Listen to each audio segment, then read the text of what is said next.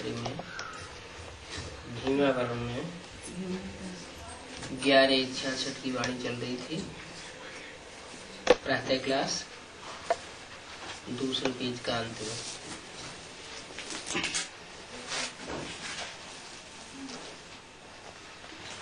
बता रहे थे सब्जेक्ट एक ही है, सिर्फ मनमना भव और मध्याजी भव।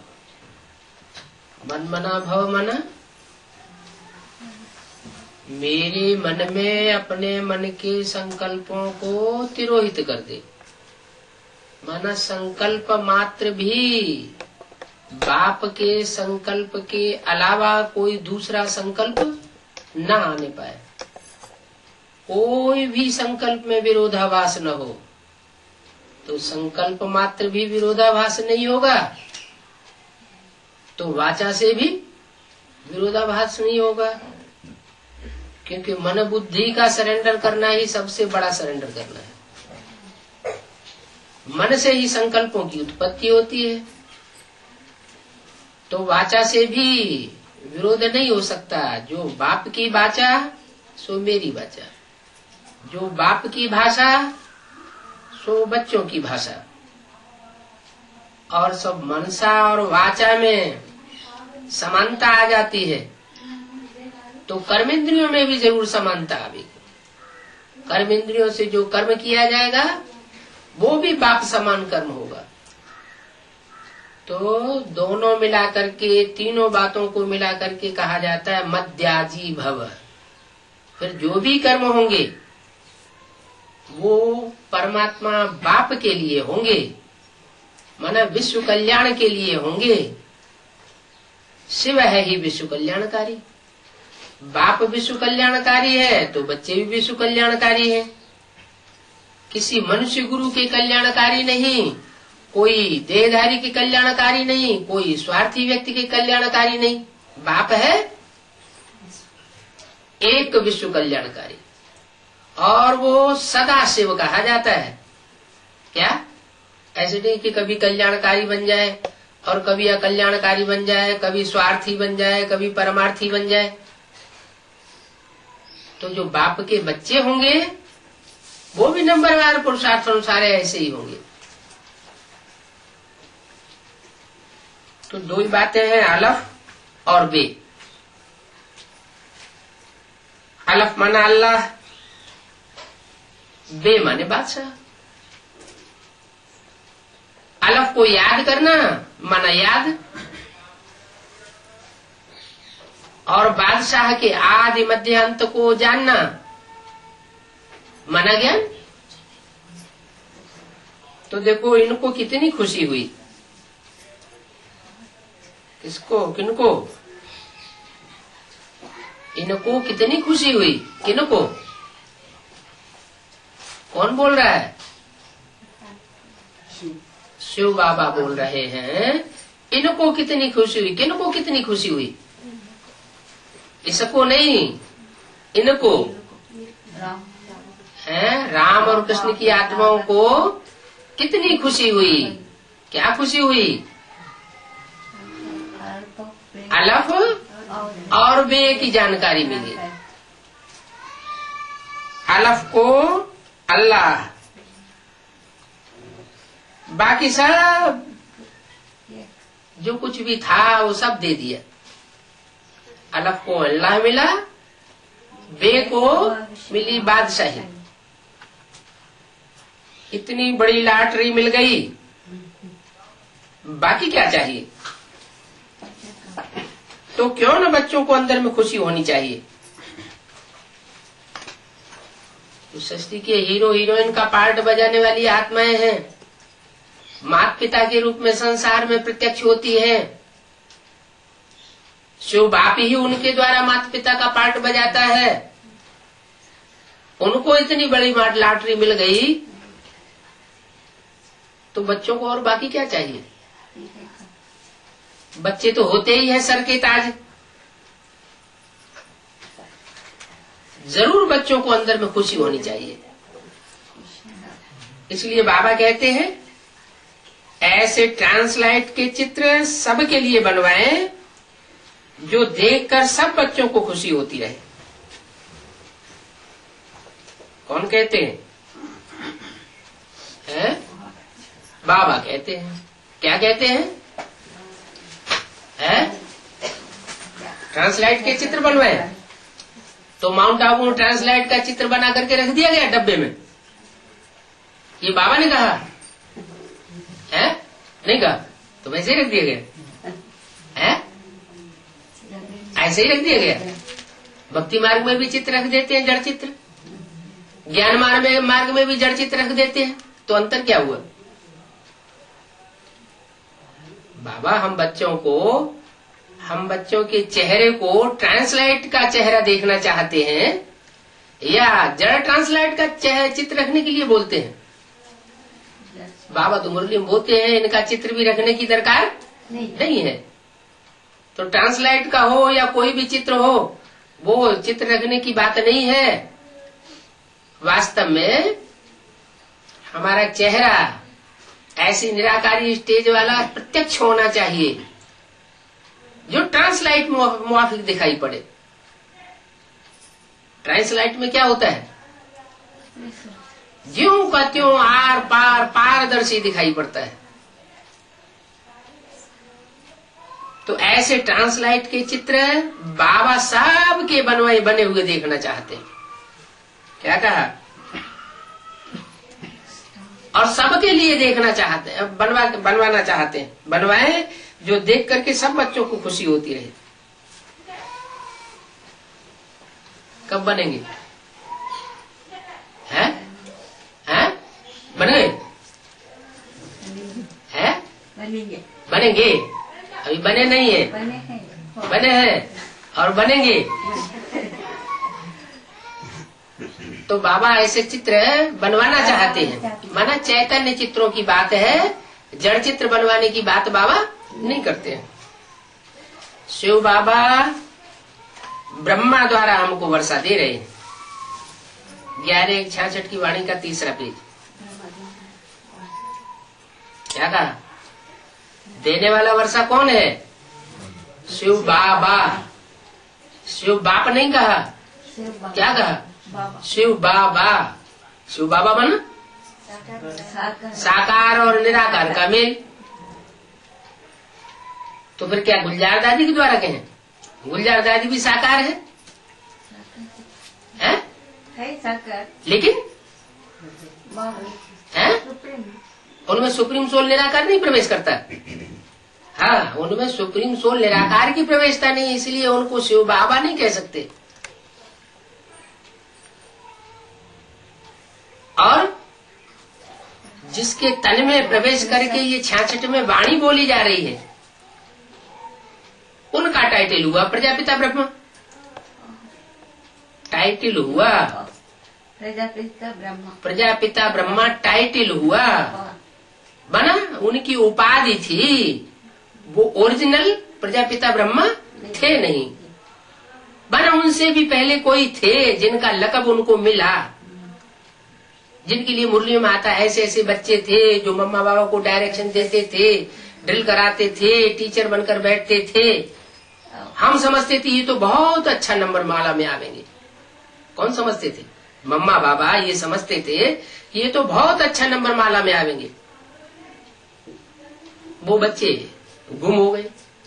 बने यज्ञ के आदि में थे ऐसे बच्चे जो मम्मा बाबा को भी पढ़ाई पढ़ाते थे, टीचर बन के बैठते थे। तो जो आदि में सो अंत में, आदि में जो भी हुआ वो अंत में भी जरूर प्रत्यक्ष होता है। आदि सो अंत। तो वही बच्चे जो यज्ञ के आदि में थे, लेकिन ज्ञान का पूरा डोज नहीं मिलता है, इसलिए वो समय छोड़ के चले गए। क्योंकि शुरुआत में तो फाउंडेशन ज्ञान का नहीं पड़ा था। शुरुआत में भक्ति मार्ग का फाउंडेशन था, साक्षात्कार का। स्वप्न और साक्षात्कारों की महिमा थी, उसी से आत्माएं आकर्षित हुई थी।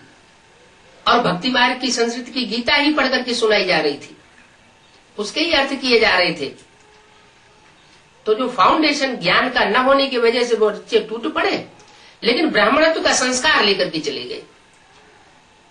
तो जो बच्चे ब्राह्मण बनकर के शरीर छोड़ते हैं वो अपने पूर्व जन्म की प्रारब्ध अगले जन्म में ले जाते हैं। तो यहाँ तो बोला ब्रह्मा द्वारा शिव बाबा हमको वर्षा दे रहे हैं। अब 66 के बाद 68-69 में आए, ब्रह्मा का शरीर तो छूट गया और मुक्ति और जीवन मुक्ति का वर्षा किसी को नहीं मिला। कोई कहता नहीं है कि हमको मुक्ति जीवन मुक्ति मिल गई। तो क्या बाबा ने ये बात झूठ बोल दी कि शिव बाबा ब्रह्मा द्वारा हमको वर्षा दे रहे हैं? शिव बाबा के महावाक्य तो पत्थर की लकीरें हैं, जो बोल दिया सो बोल दिया। बना जिसको प्रजापिता ब्रह्मा का टाइटल मिला वह ब्रह्मा भले शरीर छोड़ गया, सूक्ष्म शरीरधारी बन गया, सूक्ष्म वतनवासी बन गया, लेकिन शिव बाबा जो है वो उसके बाद भी कोई न कोई बच्चों में प्रवेश करके पार्ट बजा सकता है। इसलिए मुरली में बोला मैं जिस तन में भी प्रवेश करूंगा उसका नाम ब्रह्मा रखना पड़े। इसलिए ब्रह्मा को 4-5 मुख भी दिखाते हैं। चतुर्भुजी ब्रह्मा को कहते हैं संपूर्ण ब्रह्मा। हमारा टाइटलधारी ब्रह्मा सरस्वती और आदि वाले वो बच्चे दोनों मिलकर के चतुर्भुजी ब्रह्मा बनते हैं। वो ही आदि वाली आत्मा फिर ब्राह्मणों के यज्ञ में आ जाती है जन्म लेकर के, और उनमें ब्रह्मा और सरस्वती की आत्माएं प्रवेश करती है बीज रूप स्टेज में, और सूक्ष्म शरीर से गुलजार दादी में प्रवेश होता है। पता कैसे पड़ता है कि इसमें सूक्ष्म शरीर से प्रवेश है और इसमें बीज रूप स्टेज में प्रवेश है? कैसे पता चले?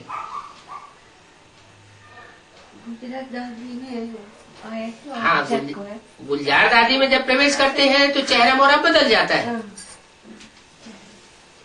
गुलजार दादी को अपने स्वरूप की स्मृति नहीं रहती, और शिव बाबा तो हमेशा ही बिंदु है, और जिन आत्माओं को बिंदु रूपी स्टेज में स्थापित करता है बनाता है वो आत्मा भी हल्की फुल्की हो जाती है। तो शरीर जिस शरीर में प्रवेश करते हैं उसके ऊपर कोई दबाव नहीं पड़ता।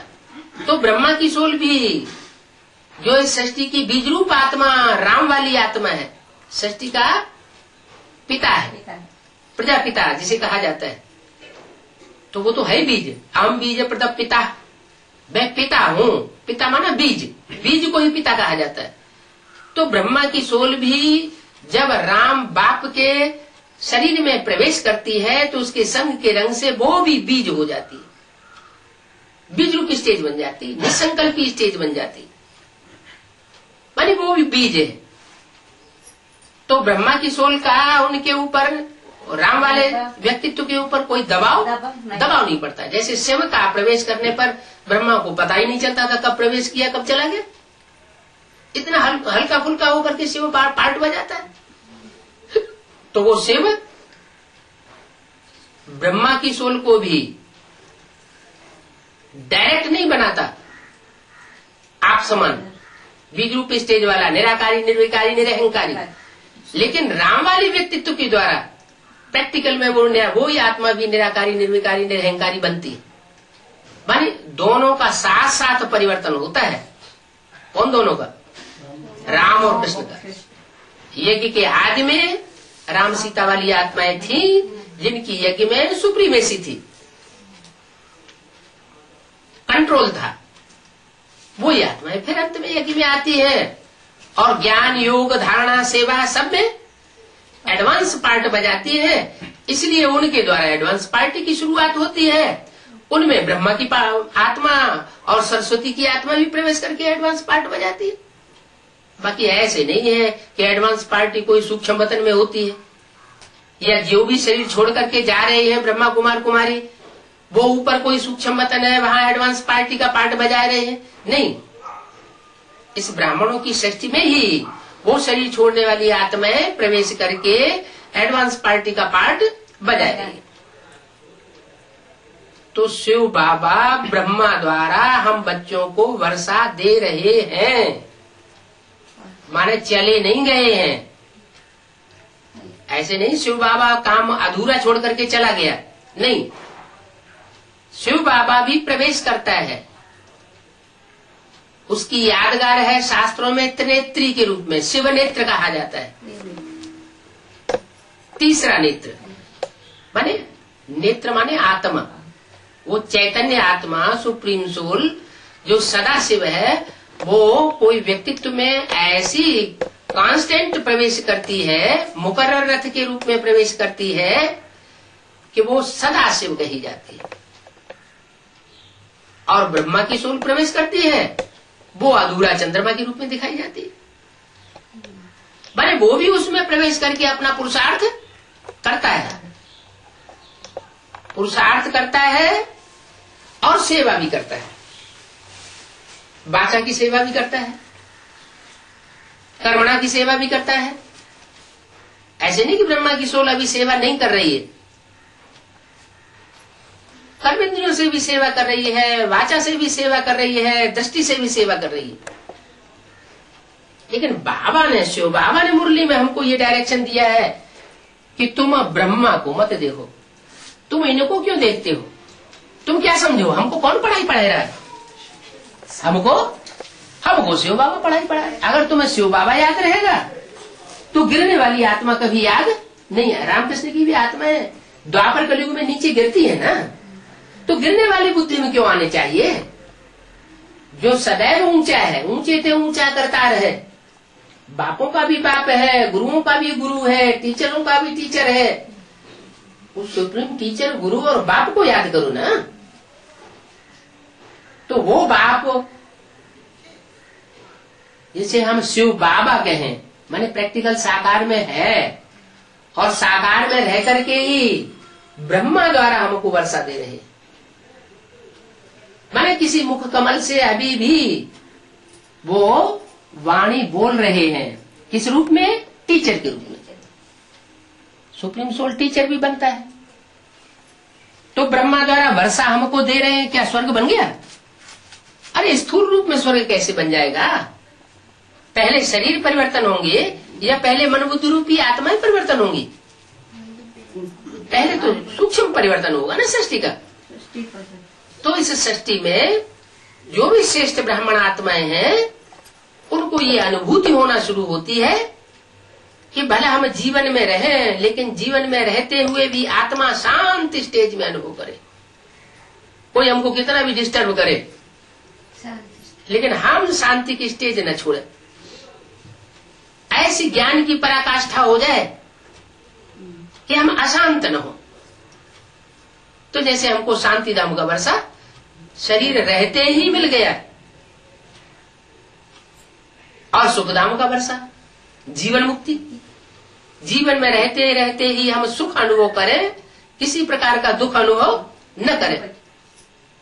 तो ऐसी ज्ञान की पराकाष्ठा जब हम अपने अंदर महसूस करने लगे और दूसरे भी हमसे महसूस करने लगे कि अरे इनके संग में आने से, इनकी दृष्टि लेने से, इनके संपर्क में आने मात्र से ही हमारी अवस्था अच्छी कैसे होने लगी। तो जब दूसरे भी अनुभव करें, स्वयं को भी अनुभव हो, तो उसको कहेंगे मानसिक रूप से, बौद्धिक रूप से मुक्ति और जीवन मुक्ति के वर्षे के हम हकदार बन रहे हैं। तो शिव बाबा हमको ब्रह्मा द्वारा वर्षा दे रहे हैं। दुनिया के मनुष्य तो कुछ नहीं जानते क्या कि शिव बाबा दे रहे हैं या ऊपर चले गए। शिव बाबा अभी भी हमको वर्षा दे रहे हैं। दुनियावी मनुष्य तो बिल्कुल तुच्छ बुद्धि है। उन दुनियावी मनुष्यों में कौन कौन आ गए। बाहर की दुनिया के मनुष्य जिन्होंने ज्ञान ही नहीं लिया वो ही आ गए, या ब्राह्मणों की दुनिया में भी ऐसे मनुष्य हैं जिनकी बुद्धि में ये बात बैठ ही नहीं रही है कि शिव बाबा हमको मुक्ति, जीवन मुक्ति का वर्षा अभी भी प्रैक्टिकल ब्रह्मा के तन द्वारा दे रहे हैं।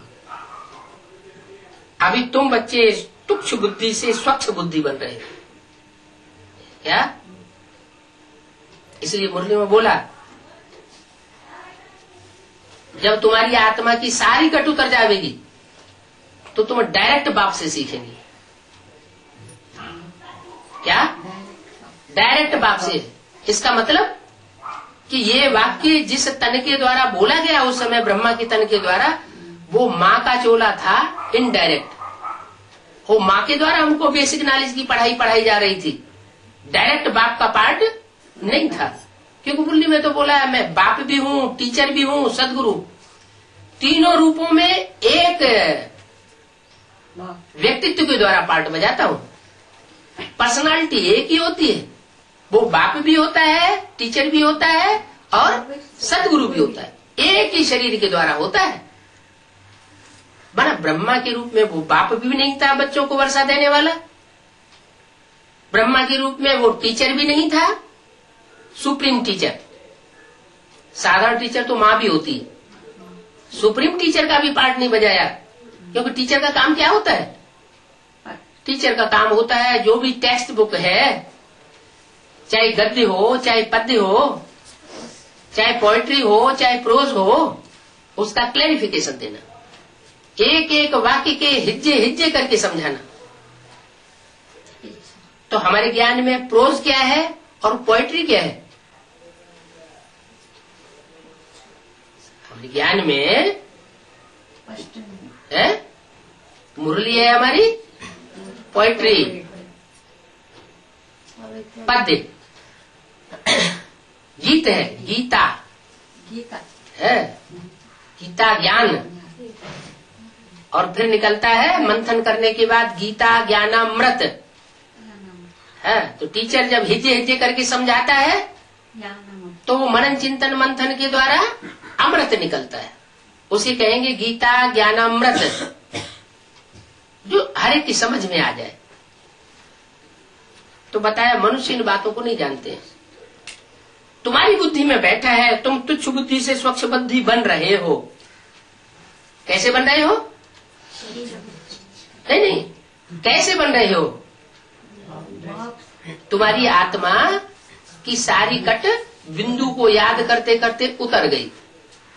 मैं आत्मा बिंदु, मेरा बाप बिंदु, ये बेसिक नॉलेज हमने पढ़ी ना।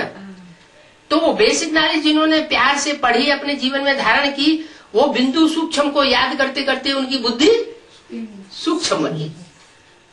तो जिन बच्चों की बुद्धि सूक्ष्म बनती जाती है, उनकी आत्मा की बेसिकली जैसे कट उतर गई, तो स्वच्छ बुद्धि हो गई ना। जो निराकारी स्टेज बनी, निराकार को याद करने, ज्योति बिंदु को याद करने से वो स्वच्छ बुद्धि तो बनी, लेकिन इतनी स्वच्छ बुद्धि नहीं बनी जिनको हम ब्राह्मण से देवता कह सके। तो ब्राह्मणों को देवता बनाने का कार्य अभी भी चालू है। वकील और जज कौन बनाता है? ये पढ़ाई कौन पढ़ाता है? जो खुद वकील होगा, जज होगा, वही पढ़ाएगा। डॉक्टर को डॉक्टरी की पढ़ाई कौन, सर्जन की पढ़ाई कौन पढ़ा सकता है? जो खुद डॉक्टर होगा वो पढ़ाएगा। तो ब्राह्मण शूद्र से पहले ब्राह्मण बने, ये फर्स्ट मशीनरी चली बेसिक नॉलेज में।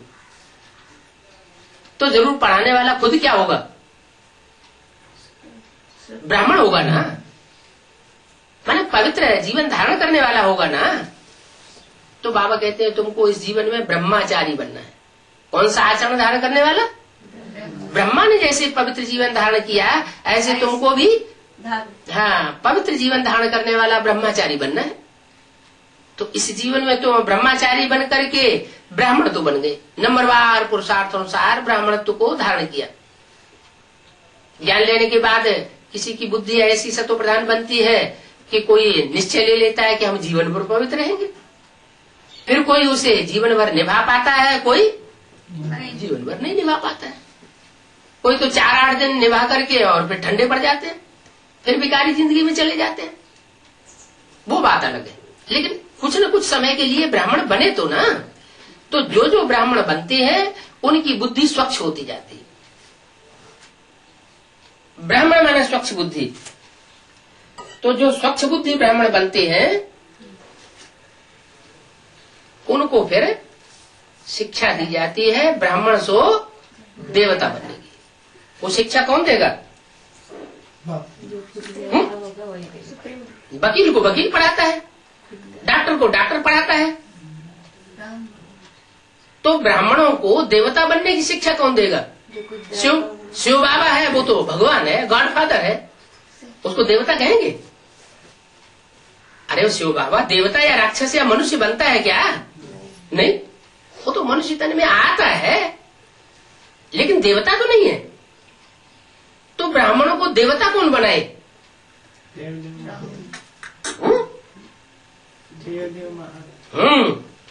जिसके लिए शास्त्रों में गायन है, देव देव महादेव। जितने भी 33 करोड़ देवताएं हैं, उन 33 करोड़ देवताओं में 3 देवताएं सबसे ऊंच गाए गए हैं, ब्रह्मा, विष्णु और शंकर। तो ब्रह्मा और विष्णु वो देव कोटि के हैं, और उन देव कोटि से भी ऊंची कोटि देव देव महादेव कहा जाता है।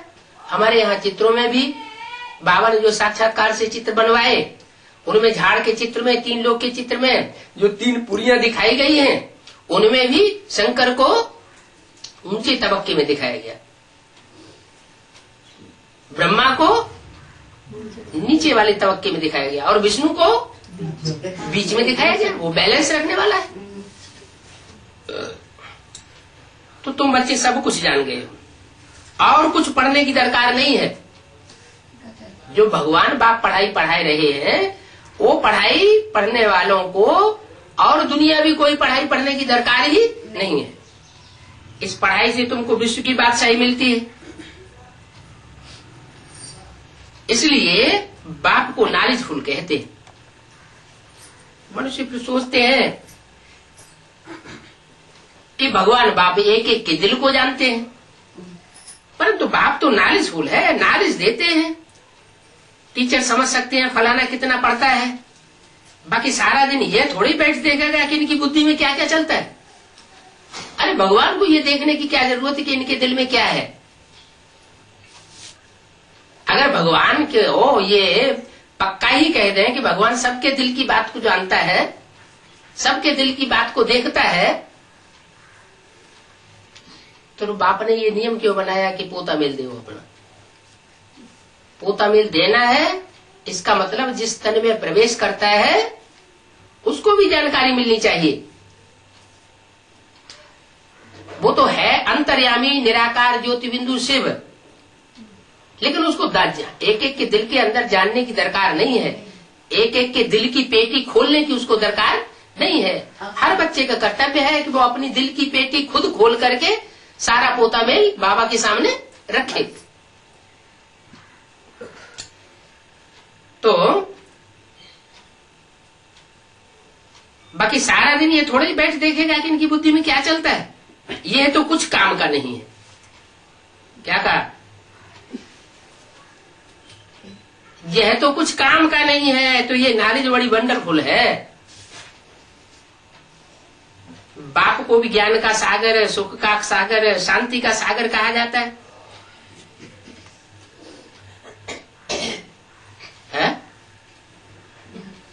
भी क्यों लगा दिया? बाप को भी सुख का सागर, शांति का सागर, ज्ञान का सागर कहा जाता है। भी क्यों लगा दिया?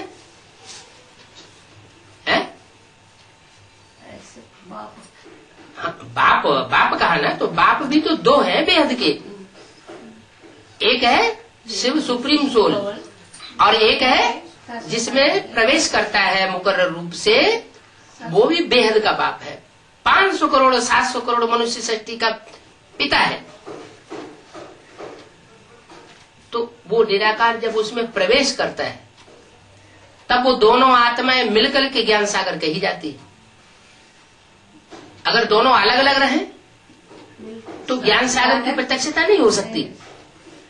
तो बोला हाँ, संगम युग में एक बार जब वो बाप समान बनाए देता है, आप समान बनाए देता है शिव सुप्रीम सोल मुकर्रर रथधारी को, प्रजापिता को, तो 2500 वर्ष तक के लिए निश्चिंत हो जाता है कि जो पाना था सो पा लिया। उसके बाद भी जो संस्कार ज्ञान धारण करने के पड़ जाते हैं संगम युग में, वो द्वापर युग से प्रत्यक्ष होते रहते हैं। तो अभी संगम युग में हम जितना ज्ञान धारण करेंगे उतने हम बाप समान बनते जाएंगे। जो बाप के अंदर नॉलेज है वो बच्चों में भी होनी चाहिए या नहीं होनी चाहिए? होनी चाहिए, लेकिन नंबरवार पुरुषार्थ अनुसार होती है, क्योंकि हमारी सबकी आत्मा रूपी बैटरी एक जैसी पावरफुल नहीं है। क्या आत्मा की बैटरी, उसमें एक जैसी प्लेटें नहीं है सबके अंदर। 500-700 करोड़ पत्ते हैं, तो जो 500-700 करोड़ पत्ते हैं वो सब एक जैसे नहीं हैं। तुम अभी ज्ञान के सागर को जानते हो और उनके बनते हो, फिर ये टाइटल उड़ जाएगा। फिर सर्वगुण 16 कला संपूर्ण मर्यादा पुरुषोत्तम बनते हैं, वो मनुष्य है तो ऊंच मर्तबा है।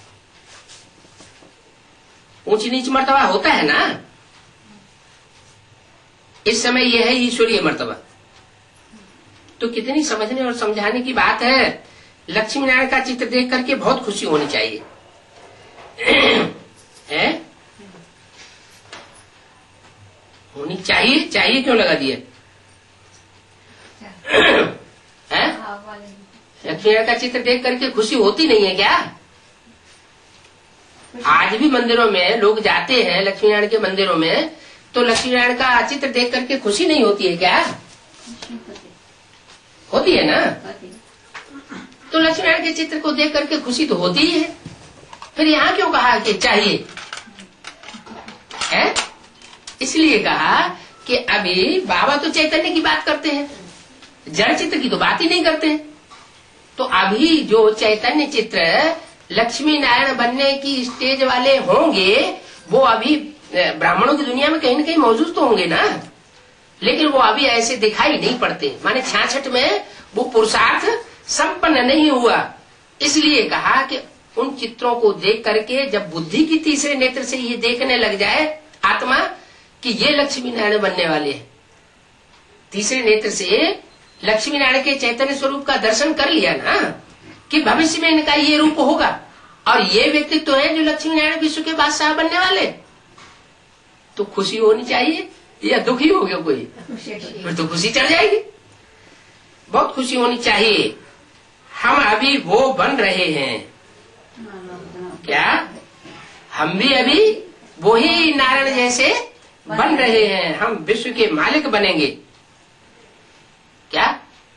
जब बाप विश्व का मालिक तो बच्चे भी विश्व के मालिक बनेंगे। नाले से ही एट्रीब्यूट्स आते हैं, अपना हेम ऑब्जेक्ट देखने से ही रिफ्रेशमेंट आ जाती है।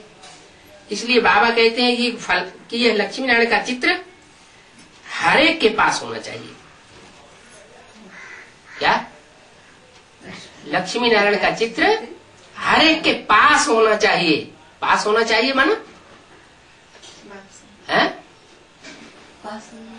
हर एक के पास होना चाहिए माने नजदीक में होना चाहिए। हाँ, नजदीक में होना चाहिए। तो क्या किया?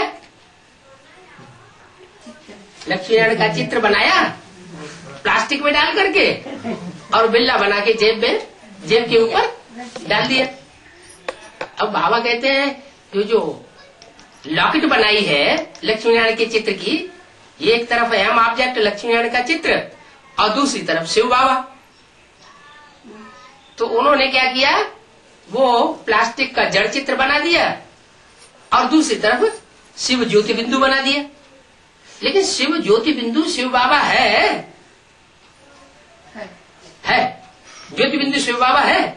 शिव बाप है या शिव बाबा है? बाबा तो ग्रैंडफादर को कहा जाता है। जो बाप है वो बिंदु बिंदु आत्माओं का बाप है, शिव ज्योति बिंदु। दूसरे संबंध तब बनते हैं जब वो किसी शरीर में प्रवेश करता है। तो जो बिंदु का चित्र दिखा दिया शिवलिंग का, वो शिव बाबा नहीं है। हाँ, तो वो प्रवेश किया, जिस तन में प्रवेश करता है उस तन को पहचान करके फिर वो स्वरूप दिखाया जाए तब कहा जाए शिव बाबा। तो न समझने के कारण प्लास्टिक का चित्र बना के वो जड़तुमयी बुद्धि से वो इस तरह बना दिया, लक्ष्मी नारायण का चित्र उसमें बना दिया जड़ चित्र। अरे ये जड़ चित्र तो बनते ही चले आए हैं। करना क्या है? करना ये है कि बुद्ध रूपी पॉकेट में ये लॉकेट का चित्र हमेशा पड़ा रहे।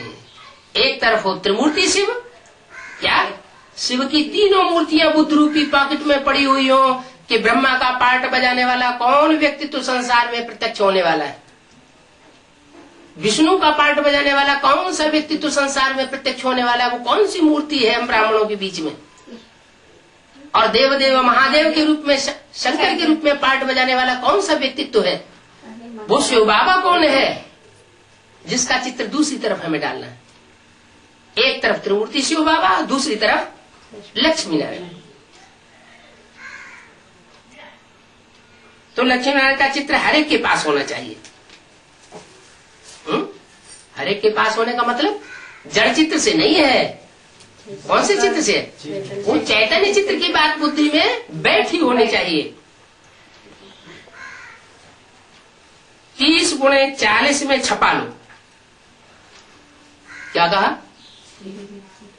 30 इंच बाई 40 इंच में उस चित्र को छपा लो। क्यों 30 और 40 इंच में क्यों छपा ले? हैं?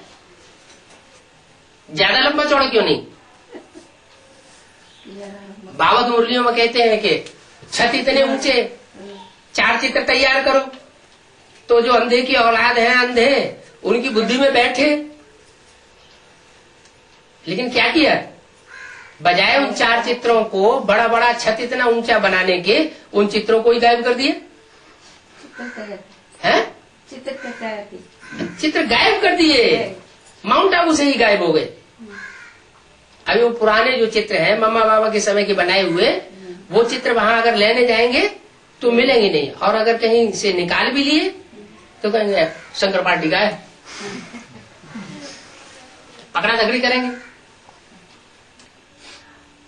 तो बाबा कहते हैं वो चित्र छपाओ। क्या?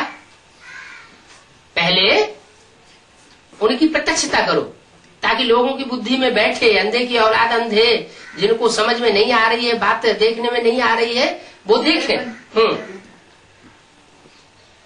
अभी रमेश जाकर के छपावेगा, माने ये 66 की वाणी है।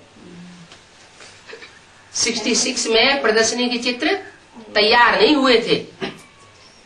मम्मा शरीर छोड़ने वाली थी उस समय। इन चित्रों की, जड़ चित्रों की बनाने की बात जो है वो रमेश भाई की बुद्धि में आ गई थी। एक हद का रमेश होता है और एक बेहद का रमेश होता है। हद का रमेश क्या हुआ? रमा ईश। रमा कहते हैं पार्वती को और ईश कहते हैं स्वामी। माना जो पार्वती का स्वामी है कौन है? शंकर जी। तो दोनों तरफ ये वाक्य लागू होता है। क्या? कि जड़ चित्र जो है वो जड़ बुद्धि रमेश छपावेगा।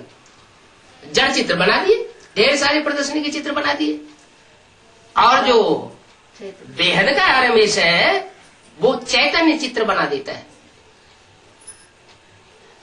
जब वो चैतन्य चित्र बनाता है तो नंबरवार वो चित्र प्रत्यक्ष होते जाते हैं, माला तैयार हो जाती है। पहले 3 की माला प्रत्यक्ष होती है, त्रिमूर्ति शिव कहा जाता है। फिर 8 की माला प्रत्यक्ष होती है, अष्टदेव कहे जाते हैं। फिर नंबरवार 108 भी प्रत्यक्ष होने। तो ये ट्रांसलाइट के चित्र नंबरवार प्रत्यक्ष होते जाएंगे, सबकी बुद्धि में छप जाएंगे। ये ट्रांसलाइट के चित्र जो देखेगा वो उसे पारदर्शी रूप में सारा ज्ञान, सारी नॉलेज दिखाई देगी, क्योंकि प्रैक्टिकल की छाप प्रत्यक्ष रूप में पड़ती है। तो ये चित्र तो हर एक के पास होना चाहिए, क्योंकि ये गवर्नमेंट का आर्डर है ना। कौन सी गवर्नमेंट का आर्डर है? ईश्वरीय गवर्नमेंट का ये आर्डर है कि ये चित्र जो है सबके पास होने चाहिए। कौन कौन से चित्र? लक्ष्मी नारायण का चित्र और त्रिमूर्ति शिव का चित्र तो सभी ब्राह्मणों के पास है। ईश्वरीय गवर्नमेंट के आर्डर को सब मान रहे हैं। अरे एडवांस वालों के पास, सबके पास है, एडवांस वालों के पास भी नहीं है। अच्छा, है? लेकिन सभी ब्राह्मणों के पास है। तो बाबा तो बोल रहे हैं रमेश बच्चा जाकर छपावेगा, गवर्नमेंट का आर्डर है ना, यह चित्र तो हर एक के पास होना चाहिए। थोड़ा छोटा भी ट्रांसलाइट में बने तो भी बड़ा अच्छा है।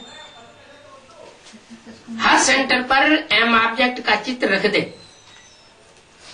कि हम ब्राह्मण जीवन की एम ऑब्जेक्ट ये है, नर से नारायण बनने की और नारी से लक्ष्मी बनने की।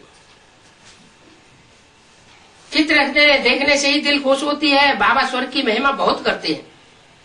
ये चित्र दिल में प्यार बढ़ाता है। बाबा को देखते हैं, दिल में आता है बस इस मृत्यु लोक में ये लास्ट जन्म है, फिर हम अमर लोक में जाकर के यूं बनूंगा। तब तुम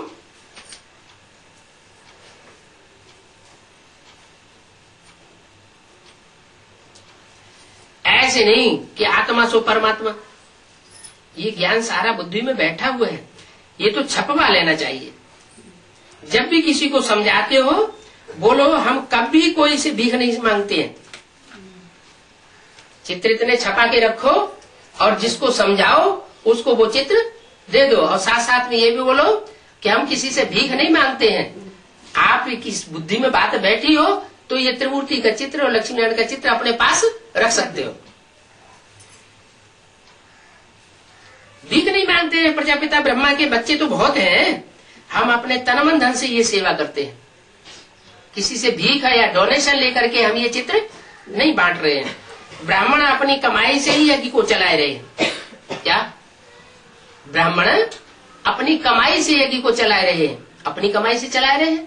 और किसी को चित्र दिया लक्ष्मी नारायण का या त्रिमूर्ति का चित्र और उसने पैसे दे दिए 10, 20, 50 रुपए, तो नहीं लेना चाहिए है? या नहीं लेते हैं क्या? लेते हैं या नहीं लेते हैं? नहीं लेते, लेते हैं? लेते हैं या नहीं लेते हैं? हाँ, ये चित्र तो ये त्रिमूर्ति का चित्र तो 18-20 रुपए के तो बनते ही बनते हैं कम से कम। पैसे नहीं लेते, ऐसे ही दे देते। अच्छा हाथ उठाओ, कौन कौन से कौन कौन ने समझाने के बाद ये चित्र बांटना शुरू कर दिए हैं? क्यों है? कोई ने बांटना शुरू किए? हजारों की तादाद में छप तो चुके हैं हम, लेकिन बांटे तो किसी ने नहीं फ्री में। मतलब बाबा का ये है कि जो बाबा के बच्चे बने हैं, जिन्होंने भट्टी कर ली है, जिन्होंने निश्चय पत्र लिख करके दे दिया है कि प्रैक्टिकल में ये हमारा बाप है, हम इसकी गोद के बच्चे हैं, वो बच्चे अपने तन मन धन से इन चित्रों को खरीदते हैं और दूसरों की सेवा करते हैं। माना दीगर किसी बाहर के मनुष्य से हमें पैसे नहीं लेना चाहिए। यज्ञ में भी अगर कोई ईश्वरीय सेवा के लिए पैसे देना चाहे तो दीगर व्यक्ति जो जिसने निश्चय पत्र न लिख करके दिया हो उससे हमें पैसा नहीं लेना चाहिए। तो हम अपने तन मन धन से ये सेवा करते हैं। ब्राह्मण अपनी कमाई से ही यज्ञ चलाए गए। हम शूद्रों के पैसे यज्ञ में नहीं लगा सकते। जो शूद्र से ब्राह्मण बनते हैं, ब्रह्मा की औलाद बनते हैं, ये स्वीकार करते हैं कि हम अमुक रूप से प्रजापिता ब्रह्मा की औलाद हैं। पूरा एड्रेस लिखाई लेना चाहिए, नाम रूप देश काल सब कुछ प्रत्यक्ष कराए लेना चाहिए। 1.5 बच्चे हैं, वो जानते हैं जितना हम तन मन धन से सर्विस करेंगे, सरेंडर बनेंगे, उतना ऊंच पद पाएंगे। कम सरेंडर होंगे तो कम ऊंच पद पाएंगे। पद कितने हैं? ये राजयोग सीख करके जो राजाई प्राप्त होती है, राजघराने में जाते हैं, उनके लिए ज्यादा से ज्यादा पद कितने हैं? अरे 16,108 है ना। तो उसमें सब कोई राजा नहीं बन जाएंगे, सब कोई महाराजा नहीं बन जाएंगे, सब कोई महारानियां नहीं बन जाएंगे। जितना जो पुरुषार्थ करेंगे उतना बनेंगे। लेकिन वो जो सरेंडर होंगे, तन से, मन से, धन से, समय से, संपर्क से, दृष्टि से, वृत्ति से जितना सरेंडर होंगे उतना ऊंच पद प्राप्त करेंगे। जानते हो बाबा ने भी छोड़ा, क्यों छोड़ा? बाबा तो लखपति करोड़पति था, इतना बड़ा फर्टाइल धंधा था, क्यों छोड़ा?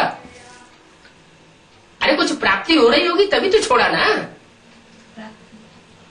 तो ये लक्ष्मी नारायण बनते हैं ना, लक्ष्मी नारायण की तरफ इशारा करते जाते थे, ये लक्ष्मी नारायण बनते हैं ना। कौन? ब्रह्मा बाबा तो सती में लक्ष्मी नारायण 16 कला संपूर्ण बनेंगे ना।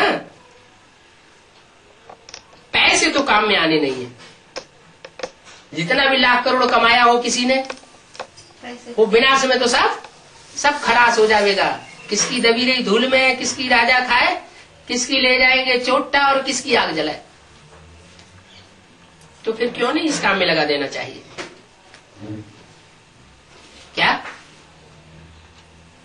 क्या करना चाहिए? जरूर इस काम में लगा देना चाहिए। किस काम में? ईश्वरीय सेवा के काम में लगा देना चाहिए। इन चित्रों को छपाना चाहिए।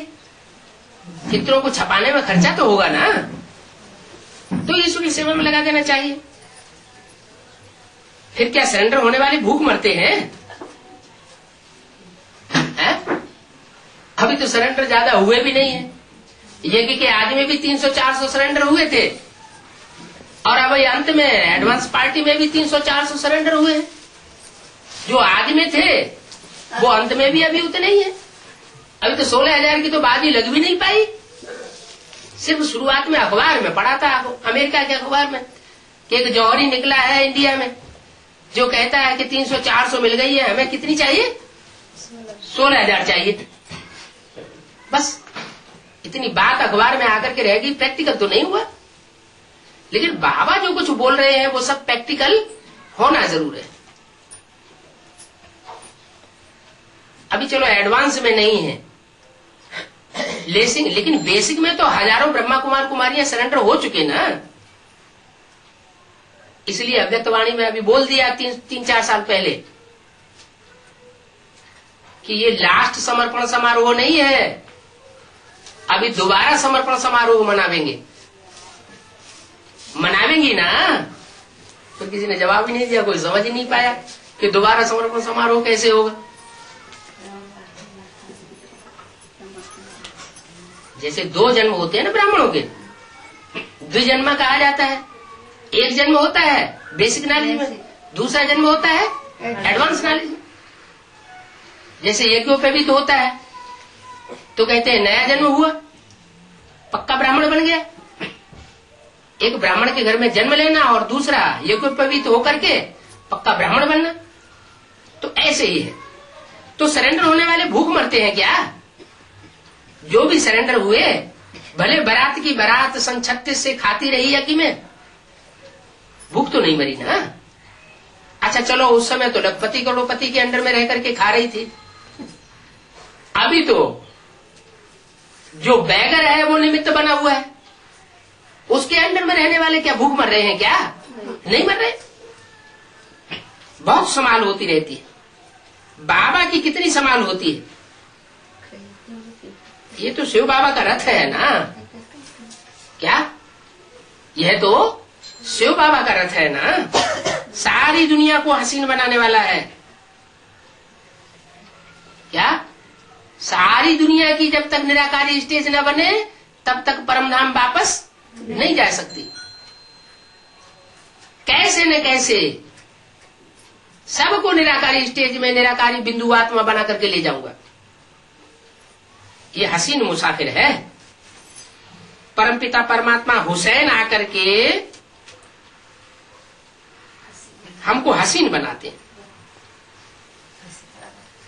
तुम सांवरे से गोरा हसीन बनते हो।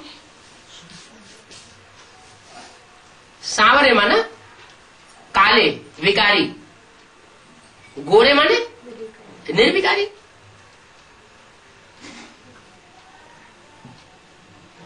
तो देखो कितना सलोना सर्जन है। वो सर्जन तो काट पीट करके प्लास्टिक सर्जरी कर देते हैं, वो अल्पकाल की प्लास्टिक सर्जरी करते हैं। और ये तो अविनाशी सर्जन है। ये ऐसी प्लास्टिक सर्जरी कर देते हैं जो 2500 वर्ष तक ये सर्जरी कायम बनी रहेगी। आकर सबको गोरा बना देते हैं। तो इन पर तो कुर्बान जाना चाहिए। इन पर क्यों कहा, इस पर क्यों नहीं है? हाँ, दो आत्माएं है ना, राम और कृष्ण जो हीरो हीरोइन के रूप में पार्ट बजाने वाली आत्माएं हैं, इनका जो प्रैक्टिकल पार्ट चलता है, तो इनके पार्ट के ऊपर तो कुर्बान जाना चाहिए, याद करते रहना चाहिए। जैसे आत्मा को देख नहीं सकते हैं, जान सकते हैं, वैसे ही परमात्मा को जान सकते हैं। इन आंखों से परमात्मा देखा नहीं जाता। देखने में तो आत्मा परमात्मा दोनों एक जैसी बिंदी दिखाई पड़ेगी। आत्मा भी बिंदी, परमात्मा भी बिंदी, हर एक मनुष्य आत्मा बिंदी। कीड़े, पशु, पक्षी, पतंगे सारे ही शरीर छोड़ने के बाद क्या हो जाते हैं? बिंदी हो जाते हैं। तो बिंदी आत्मा से देखने से थोड़ी पता चलेगा कि बिंदी आत्मा को हम ध्यान में धर ले तो परमात्मा बाप की याद हो जाएगी। नहीं, सारी नॉलेज की बात है, ये बड़ी समझ की बातें हैं। बच्चों की बुद्धि में ये बातें नोट होनी चाहिए। बुद्धि में नंबरवार पुरुषार्थ अनुसार धारणा होती है। क्या माने सब बच्चों का जो पुरुषार्थ है वो नंबरवार है। एक जैसा पुरुषार्थ सभी का नहीं हो सकता। डॉक्टर्स को भी सब दवाइयां याद रहती हैं ना, ऐसे नहीं कि उस समय बैठ करके किताब देखेंगे। कोई मरीज को कंसल्ट करते हैं डॉक्टर, उसकी बीमारी को चेक करते हैं, तो क्या किताब खोल करके देखते हैं कौन सी दवाई इसको दे? उनकी बुद्धि में सारा नॉलेज रहता है कि किस मरीज को कौन सी दवाई कब देनी है। पॉइंट्स होती है, तुम्हारे पास भी पॉइंट्स हैं, टॉपिक्स हैं, जिस पर समझाते हो। कोई पॉइंट किसको फायदा करती है, कोई को किस पॉइंट पर तीर लग जाता है। पॉइंट तो बहुत ढेर की ढेर है। जो इन पॉइंट्स को अच्छी रीति धारण करेंगे तो अच्छी रीति सर्विस कर सकेंगे। अगर अपनी ही बुद्धि में प्रैक्टिकल जीवन में धारणा नहीं होगी तो दूसरों को भी धारणा करा नहीं सकेंगे। जो धारणा प्रैक्टिकल में होता है वही सच्चा ज्ञान है। जो सिर्फ ज्ञान सुना जाता है, दूसरों को सुनाई लिया जाता है, लेकिन अपने प्रैक्टिकल जीवन में धारण नहीं होता, वो रावण का ज्ञान कहा जाता है। रावण के हाथ में भी वेद शास्त्र दिखाते हैं और ब्रह्मा के हाथ में भी वेद शास्त्र दिखाते हैं दोनों ज्ञानी, लेकिन उसके प्रैक्टिकल जीवन में धारणा नहीं होती। फिर भी काम क्या करता है? पराई स्त्री को चुराने का काम करता है। तो ये तो ज्ञान नहीं सिखाता ना। ज्ञान तो सिखाता है कि नारायण बनो और नारायण जैसे बनाओ। शास्त्रों में नारायण की कोई ग्लानि नहीं है, सब देवताओं की ग्लानि है। भगवान की भी ग्लानि है, महादेव की भी ग्लानि है, राम की भी ग्लानि है, कृष्ण की भी ग्लानि है, सब देवी देवताओं की ग्लानि की है। नारायण की ग्लानि क्यों नहीं है? नारायण संपन्न नहीं, देवताएं तो सभी संपन्न बनते हैं, लेकिन ऐसा संपन्न जो बाप समान पूरा हो जाए। बाप के अंदर जो नॉलेज है वो पूरी नॉलेज उसके अंदर आ जाए। वो सिर्फ एक ही बनेगा कि सब थोड़े ही बनेंगे? तो बोला अच्छी रीति धारण करेंगे तो अच्छी रीति सर्विस कर सकेंगे। अपने अंदर ही धारणा नहीं होगी तो दूसरों की भी सेवा नहीं कर सकेंगे। इसलिए भक्तिभाग में सत्यम शिवम के साथ सत्यनारायण की कहानी और किसी का सत्य शब्द यूज नहीं करते। आधा कल्प के महारोगी पेशेंट्स हैं क्या? ये जो रोगी है, काम क्रोध लोभ मोह अहंकार के रोगी, ये आधा कल्प के रोगी हैं, पतित आत्मा बनी है। उनके लिए एक ही अविनाशी सर्जन दवा देते हैं, वो सदा निरोगी रहते हैं। कौन? सदा से सदा निरोगी रहते हैं, कभी बीमार नहीं होते। और तो सब बीमार पड़ जाते हैं।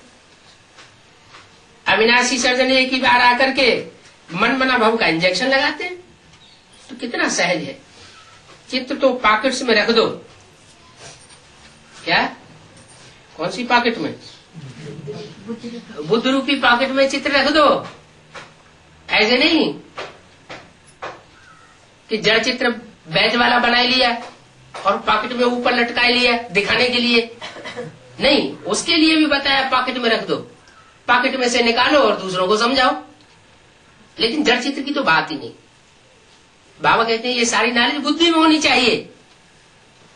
ब्रह्मा विष्णु शंकर कौन है, क्या पार्ट बजाते हैं, कब पार्ट बजाते हैं, कब संसार में प्रत्यक्ष होते हैं, इनका झंडा संसार में बुलंद करो। कपड़े के झंडे की बात नहीं है, ये शरीर रूपी वस्त्र के झंडे हैं। इनको संसार में प्रत्यक्ष करेंगे तो सारे विश्व में विजय हो जाएगी। गाते भी है विश्व विजय करके दिखलावे, झंडा ऊंचा रहे हमारा। अरे कपड़े का झंडा थोड़ा ही विश्व विजय करता है। विश्व विजय कोई चैतन्य आत्माएं होती हैं जिन्होंने सारे विश्व पर योग बल के द्वारा विजय प्राप्त करके दिखाई। तो बाबा आगे नारायण का पुजारी था, तो लक्ष्मी का चित्र निकालकर अकेला नारायण का चित्र रख दिए। क्या?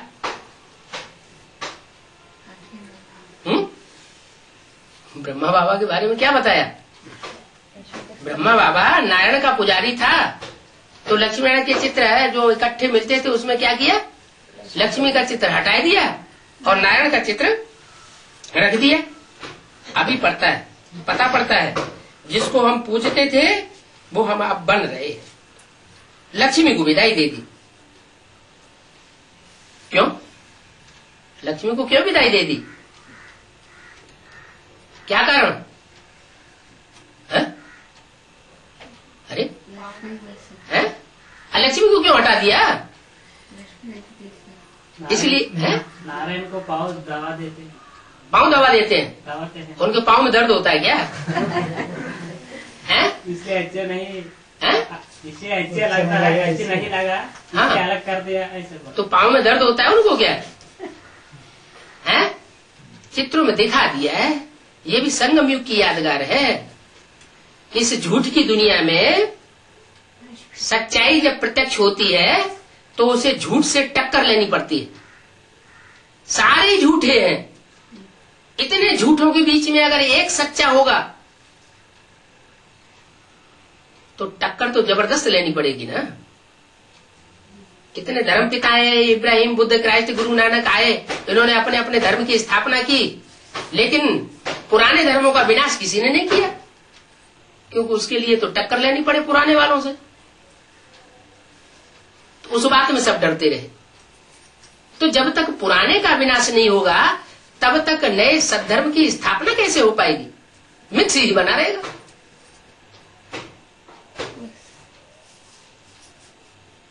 अगर आधा घड़ा विष से भरा हुआ हो और उसमें आधा घड़ा दूध का पानी, दूध और डाल दिया जाए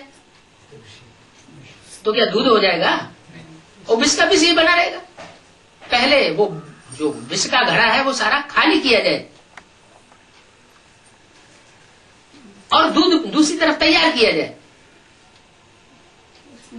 तो जब तक पुरानी दुनिया का विनाश नहीं हुआ है तब तक नई दुनिया की स्थापना का कोई मतलब नहीं होता है। तो अभी पड़ता है कि जिसको हम पूजते थे वो हम बन रहे। हम किसको पूजते थे? नारायण को पूजते थे। 16 कला संपूर्ण नारायण को पूजते थे। हम पूजते थे, ऐसे क्यों कहा? मैं पूजता था ये क्यों नहीं कहा? क्योंकि रामकृष्ण दोनों की तरफ से बोला। दोनों ही 16 कला संपूर्ण नारायण बनने वाली आत्माएं हैं। लक्ष्मी का चित्र ऐसे हटा दिया कि लक्ष्मी जो है वो सत्य नारायण की कथा में भागीदार नहीं बन पाती। सत्य एक ही होता है, सत्य दो नहीं होते। सत्यनारायण की कथा एक की कथा है या दो की कथा है? एक की कथा। लक्ष्मी में भी कुछ न कुछ झूठापन है पुरुषार्थी जीवन में, इसलिए उसको हटा दिया, एक का चित्र रखा। अभी पता पड़ता है जिसको हम पूछते थे वो हम बन रहे हैं। लक्ष्मी को विदाई दे दी तो ये पक्का होता है हम लक्ष्मी नहीं बनेंगे। क्या? स्वतंत्र कौन होता है? राजा स्वतंत्र होता है या रानी स्वतंत्र होती है? राजा स्वतंत्र होता है, रानी फिर भी कुछ न कुछ अधीन होती है। तो हमें बाबा अधिकारी बनना सिखाता है या अधीन बनना सिखाता है? हमें तो बाबा अधीन बनना सिखाता ही नहीं, हमें तो अधिकारी बनना सिखाता है। राजाओं का राजा बनाने के लिए आया हुआ है। राजयोग है, ऐसे कहीं आया क्या? रानी योग है या पटरानी योग है? नहीं। तो ये पक्का होता है हम लक्ष्मी नहीं बनेंगे। लक्ष्मी बैठकर पांव दबाए ये अच्छा भी नहीं लगता।